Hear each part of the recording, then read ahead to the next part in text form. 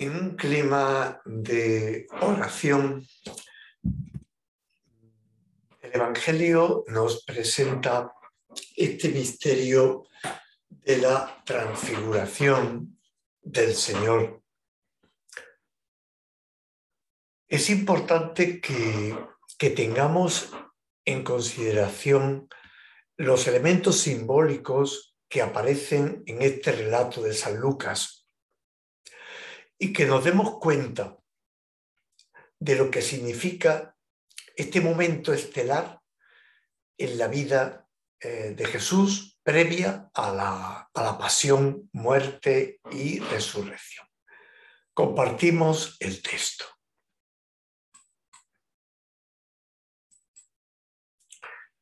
En aquel tiempo tomó Jesús a Pedro, a Juan y a Santiago y subió a lo alto del monte para orar. Y mientras oraba, el aspecto de su rostro cambió y sus vestidos brillaban de resplandor. De repente, dos hombres conversaban con él.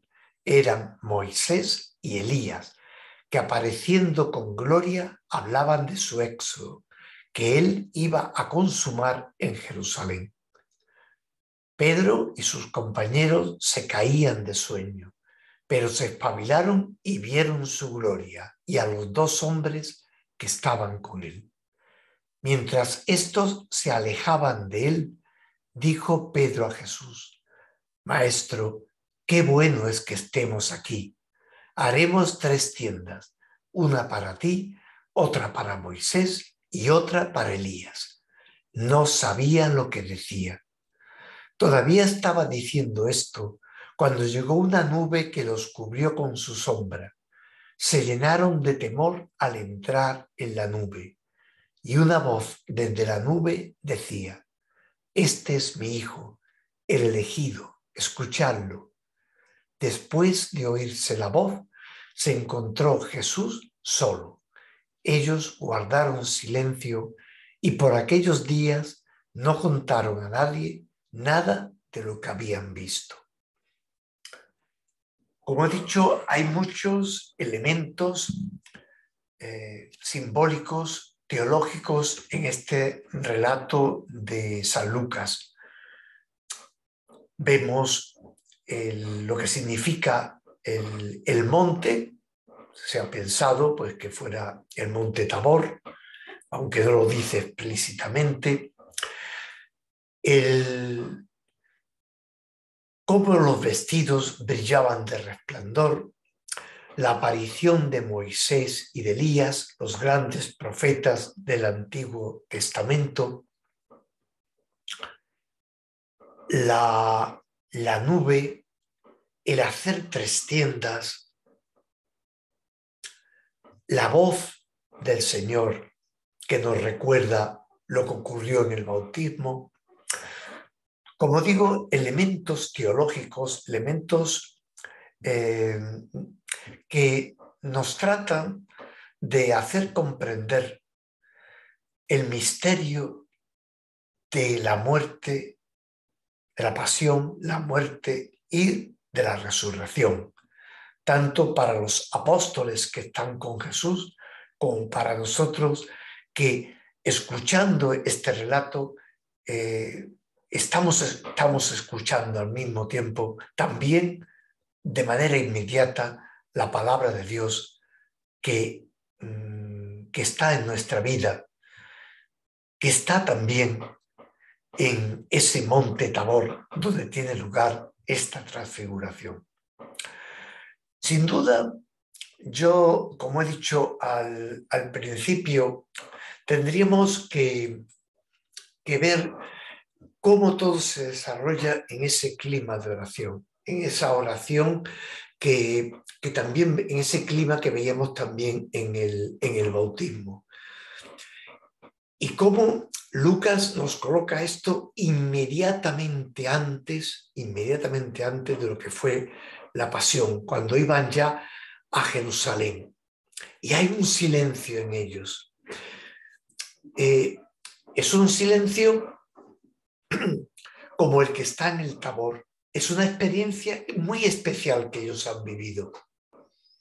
Como dice el padre Miguel de Burgos, sin duda la transfiguración es uno de esos momentos cumbres de los apóstoles con Jesús, en que ellos tuvieron una profunda experiencia religiosa, una profunda experiencia de Dios. ¿Vale? José Luis Martín Descalzo, cuando comenta este episodio en su obra de la vida y el misterio de Jesús de Nazaret, nos dice esto que voy a compartir yo ahora con ustedes. Comparto pantalla otra vez. Vamos aquí, compartir, y ahora aquí estamos. Fíjense, dice, la transfiguración fue un rápido relámpago de la luz de la resurrección, de la verdadera vida que a todos nos espera, de esa gracia de la que tanto hablamos y nunca comprendemos. Esa noche los apóstoles no podrían dormir ni un momento rumiando su visión. Jesús les prohibió contar a nadie lo que habían visto hasta que el Hijo del Hombre hubiera resucitado de entre los muertos. Bueno, esto no aparece en Lucas, pero sí en Mateo. Les hubiera gustado hablar de ello y profundizar en lo ocurrido. ¿Cómo compaginar lo que han visto con esa muerte a la que Jesús sigue aludiendo? ¿Y qué resurrección es esa que parece más una supervida que un simple volver a vivir? Ellos creen que un día los muertos volverán a vivir. Han visto volver a levantarse de la muerte a dos muchachos llamados a la vida por Jesús, pero lo que acaban de ver es mucho más y no logran descubrir la naturaleza de esa resurrección con la que Jesús será favorecido. Pero, ¿por qué, si esta luz existe ya, hay que pasar por la muerte para llegar a ella? Eso se les quedó grabado, dice Marcos, aunque discutían qué querría decir aquello de resucitar de la muerte. Solo después de la resurrección contaron lo que en ese glorioso atardecer habían entrevisto. Y es que la transfiguración no es otra cosa que la vida en Cristo a la que todos aspiramos. Momentos como el de la transfiguración, momentos especiales de oración, de experiencia religiosa, son a los que nos invita la Iglesia en este tiempo bendito de la Cuaresma. Buenas tardes.